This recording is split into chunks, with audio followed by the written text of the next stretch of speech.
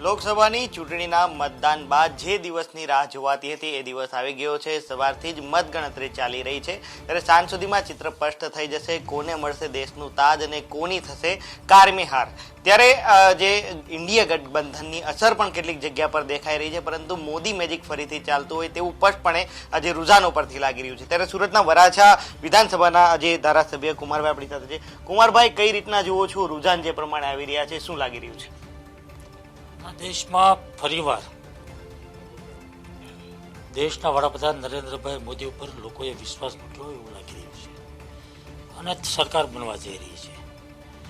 એટલે મને એવું લાગે છે કે દેશનો જે વિકાસની વાત હતી, જે ધર્મની સુરક્ષાની વાત હતી, દેશની સુરક્ષાની વાત લોકોએ સ્વીકારી છે અને ફરીવાર દેશના વડાપ્રધાન નરેન્દ્રભાઈ મોદી ત્રીજી વાર વડાપ્રધાન બની અને દેશની સુકાત સંભાળે એવું અત્યારે લાગી રહ્યું છે। કુમારભાઈ, ક્યાંક ઇન્ડિયા ગઠબંધનની અસરો પણ દેખાઈ રહી છે, કેટલાક રાજ્યમાં જે વિપક્ષી ઉમેદવારો હોય આગળ ચાલી રહ્યા છે, શું કહેશો? ચોક્કસ એવું અત્યારે સમાચાર મળતા રૂઝાન ઉપર એવું લાગી રહ્યું છે।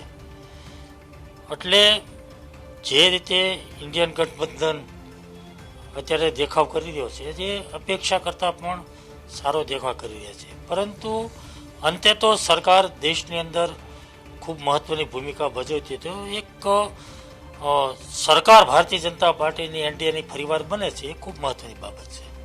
26 બેઠક ગુજરાતની હતી, એક બેઠક પહેલા જ જીતી લીધી છે, બિનહરીફ ઉમેદવાર સુરતના થઈ ગયા છે, બીજી 25 બેઠકો પર શું કહેશો?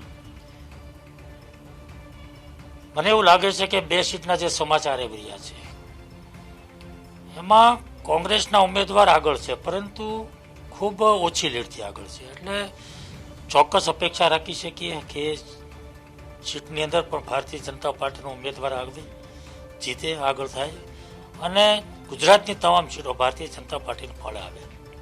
હજી શું લાગે છે કે જે રીતે સમગ્ર દેશના રૂઝાનો આવે છે, હજી પરિણામ પલટી શકે છે? ના, સરકાર ભારતીય જનતા પાર્ટી એનડીએની બની રહી છે। ચોક્કસથી આ હતા વરાછા વિધાનસભાના ધારાસભ્ય કુમાર કાનાણી। તેમણે સ્પષ્ટપણે જણાવ્યું કે ત્રીજી વાર દેશમાં મોદી સરકાર બને છે ને જે અપેક્ષા હતી તેની કરતાં વધારે સારું પ્રદર્શન છે તે જે ઇન્ડી ગઠબંધનનું દેખાઈ રહ્યું છે, પરંતુ અંતિમ જે પરિણામો આવશે અંતિમ સમયના તેમાં જે સરકાર છે તે ભારતીય જનતા પાર્ટી બનાવી રહી છે, વડાપ્રધાન નરેન્દ્ર મોદીના નેતૃત્વમાં ભાજપની સરકાર બની રહી છે તેવી વાત તેમણે જણાવી છે। કેમેરા પર્સન દેવાંગ રાણા સાથે અમિત રૂપાપરા, ન્યૂઝ કેપિટલ, સુરત।